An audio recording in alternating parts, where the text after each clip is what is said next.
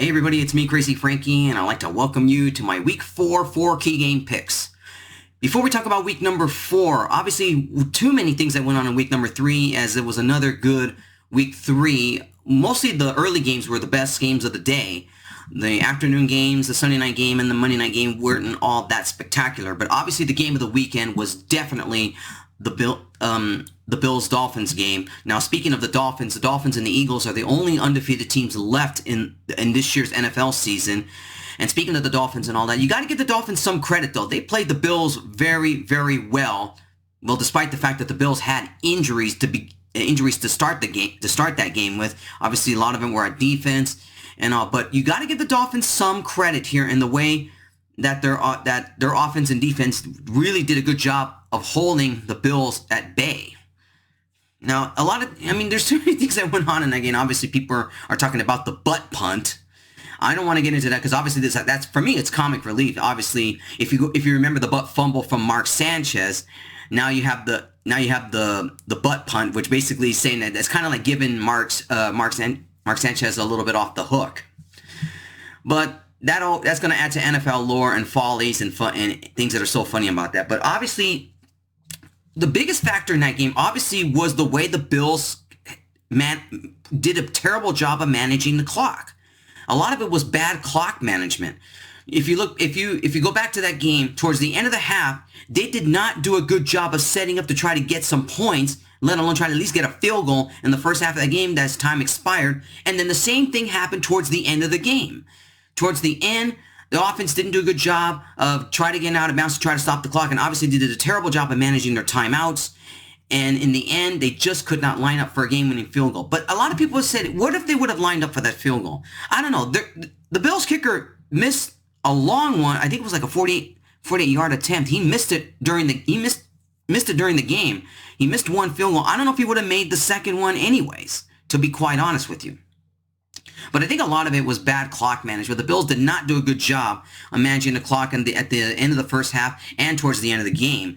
And obviously, if everybody saw that video of offensive coordinator Ken Dorsey basically throwing a kid's temper tantrum, I had no problem with that. That's passion, baby. He was pissed because things went so wrong. The team just melted down and could not get any plays off. The Bills are a team that has expectations to win. And it's obvious that the whole Bills coaching staff and all that, it's a lot of passion right now. Obviously, they're angry. And obviously, look, you can't blame the Bills all that much a little bit because they were dealing with injuries as well. Let's see what happens when the Dolphins play in Buffalo, especially if the team gets healthy. That's going to be the main question. Can Tua and that offense get it together and beat the Bills on the road in Buffalo? That's going to be a huge question mark towards the end. Now, going into the game between Brady and Rodgers, I think it's part 6 or 7 or something like that. It was a terrible game. Rodgers did not play all well as Brady did. The scoring wasn't all that good. It was the final score was 14-12. The Packers were fortunate enough to escape that game that the Buccaneers basically screwed up on that 2-point conversion. But other than that, the Sunday night game was terrible. Obviously, the only good part of that game was Jimmy G going out of bounds and obviously pulling a Dan Orlovsky's safety towards out of bounds and all that. And Dan Orlovsky on Twitter basically he's saying, I'm free. And the Monday night game didn't surprise me that the Cowboys would win, basically given the fact that Daniel Jones threw, I think it was three or four interceptions in that game. It was terrible. And you were given the fact that the turnovers really killed the Giants in that game, and the Cowboys ended up winning, and that didn't surprise me all a bit. But is it going to evolve to a quarterback controversy now for the Cowboys now, given that Cooper Rush has played very well, and then what you do with Dak Prescott when he comes back? So Jerry Jones is definitely going to have some big question marks now going forward. Anyways, let's talk about week number 4. All right, let's begin with key game number 1. It is the Thursday night game. The Dolphins versus the Bengals. The Bengals are a slight 3-point favorite in this one here, and that number will probably be much lower. Probably 2.5, maybe 2 points, maybe 1.5, given how the Dolphins played against the Bills. Now, there's going to be a lot of question marks going into this game if Tula's going to play, because obviously there was a lot of speculation saying that he might have had a concussion in that game against the Bills, given that they should have checked him out, because there was a period that he didn't play in that game when they probably should have checked him out for concussion protocol. Now, Tua was 13 of 18, 186 yards, 1 touchdown, and no interceptions. Now, the Bengals and Joe Burrow, he went 23 of 36, 275 yards, 3 touchdowns, no interceptions against the Jets in a game that the Bengals really had to have to try to get back on track here. This is the Bengals' best chance now to stay relevant the rest of the way. Because, well, look, I'll be honest with you. The AFC North is really going up and down. It's fluctuating now because really all 4 teams are struggling in that division. But given the fact that the Ravens are probably the only team in that division that's played very well. Now, the Bengals, this is their they got to get to 500. They got to get to a 2-2 record here to stay relevant in the division because really there's a good chance that the Ravens could run away with this division given how they've been playing. A lot of it's going to determine if Tula's going to play in this game, obviously because of the concussion protocol and the way that the Dolphins did not do a good job of managing that, and there's going to be an investigation. But I would say he'll play for this game. I don't think we're going to see the backup playing in this game as well. I think Tula will play, but a lot of it's going to determine if that offense and defense, because the Dolphins did have some injuries of their own in that game against the Bills. Cincinnati, they've got to. This is a game they have to have as well in order to stay relevant in the AFC North. Tough to say who comes out of this game. Look, the pundits say that the Dolphins are probably going to beat the Bengals here, but I don't know. If Joe Burrow and that offense and their defense finally get on a run. Now, on defense, Apple is going to come back, is expected to come back on defense, so that definitely will help the Bengals defense. It's actually a tough one here because the way that the Dolphins have been playing right now, they're really playing with a lot of high expectation. It's a tough one to pick, but take this with a grain of salt. Treat this with caution here. I got to make a pick in this one here. I'm actually going to go with the Bengals. I think the Bengals will start to get on the groove here. It is definitely going to be a close game. I think it's going to be low scoring. I don't think it's going to be a low scoring game. It's probably going to be another 17-14 type of game, given the way the Dolphins played on Sunday against the Bills. And let's just see if their defense can get to Joe Burrow, given the fact that Joe Burrow didn't get sacked all that much last week. He was fortunate enough. Hopefully that the Bengals offensive line can finally get on track and try to protect Joe Burrow. It's going to be a tough one. I think it's going to be a tougher game for the Dolphins here, and the Bengals are in a must-win, technically in a must-win game here against the Dolphins here. I'm going to pick the Bengals here. I think they'll get to a 2-2 record, especially given the fact that they're doing their best to stay relevant in the AFC North division. I'm going to go with the Bengals here. It's going to be a very close game here, and I'm going to go with the Bengals over the Dolphins. Key game number 2, a big one here.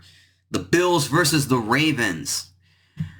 I don't know what's going to happen with the Bills in terms of their injuries, and hopefully they start to get some of their players back, and let's just see if the Bills can do a better job on clock management in this game, because it's going to be crucial against Lamar Jackson and their offense here. Let's see, hopefully, if the Bills' defense can get healthy towards the time of this game. Now, the Bills are a slight favorite at 3 points here. That number is definitely going to be 2.5, maybe 2 points by the time it's kickoff here. Josh Allen, 42 of 63, 400 yards, 2 touchdowns, no interceptions. Lamar Jackson, 18 of 29, 218 yards, 4 touchdowns, and 1 interception last week against the Patriots. A lot of it's going to determine where the Bills stand at this point. The Bills' defense will stand at this point because the Ravens have a good offense. Defense-wise, they're actually struggling. They were able to get Mac Jones to force some turnovers here. I think it's going to be a lot different in this game against the Bills because the Bills are they're a little bit a tad better team here. A lot of it's going to determine, can Lamar Jackson expose that defense of the Bills if he gets out of the pocket, and if they have to make the Bills basically run and chase him. And a lot of it for the Bills here is, can the Bills expose the Ravens defense and be able to make plays themselves? This is definitely going to be a close game. Injuries are still going to be an issue for the Bills right now. I don't know if everybody's going to come back. I know Hyde is done for the season, so that definitely doesn't help their defense. But really, everybody in that Bills defense has to step up in this game, especially when you're facing Lamar Jackson. It is another tough pick here. Another one you got to take with a grain of salt, and you got to treat this one with caution here. But it's definitely going to be a very close game here. Probably a 20-17 type of game I could see here. It's a tough one here. But I think the Bills will get back on track here. It is definitely going to be a close game, and a game, probably this one's going to be another game of the weekend here. But I'm going to pick the Bills here. I think, to me, the Ravens offense, I think, is going to have a much tougher time with this Bills defense here, assuming that the Bills defense is healthy for this game here. Obviously, a lot of it last week because of the dehydration, all that in the Miami heat that they suffered last week.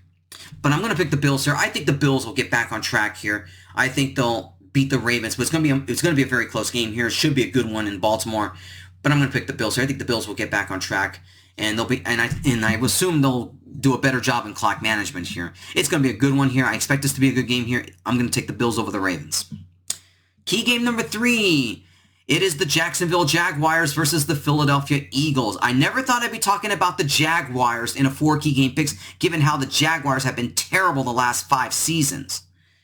But this year's different. Give Doug Peterson and that coaching staff a ton of credit on the Jaguars. They've done a fantastic job of preparing this team, and the way that Trevor Lawrence has developed this year, they've really done a good job with him. Obviously, given the fact they're coming off of a bad season, and given the fact that they destroyed the Chargers last week, which basically I was really pissed off about, if you know me on a personal level. But yeah, you got to give Doug Peterson and that coaching staff a ton of credit here. They have really turned the Jags around here. They're currently in first place in that AFC South division. Now, Trevor Lawrence went 28 of 39, 262 yards, 3 touchdowns, no interceptions. Jalen Hurts in a big victory over Washington last week, 22 of 35, 340 yards, 3 touchdowns, no interceptions. The Eagles are a touchdown favorite in this one here at -7 here, and I would say that is just about right.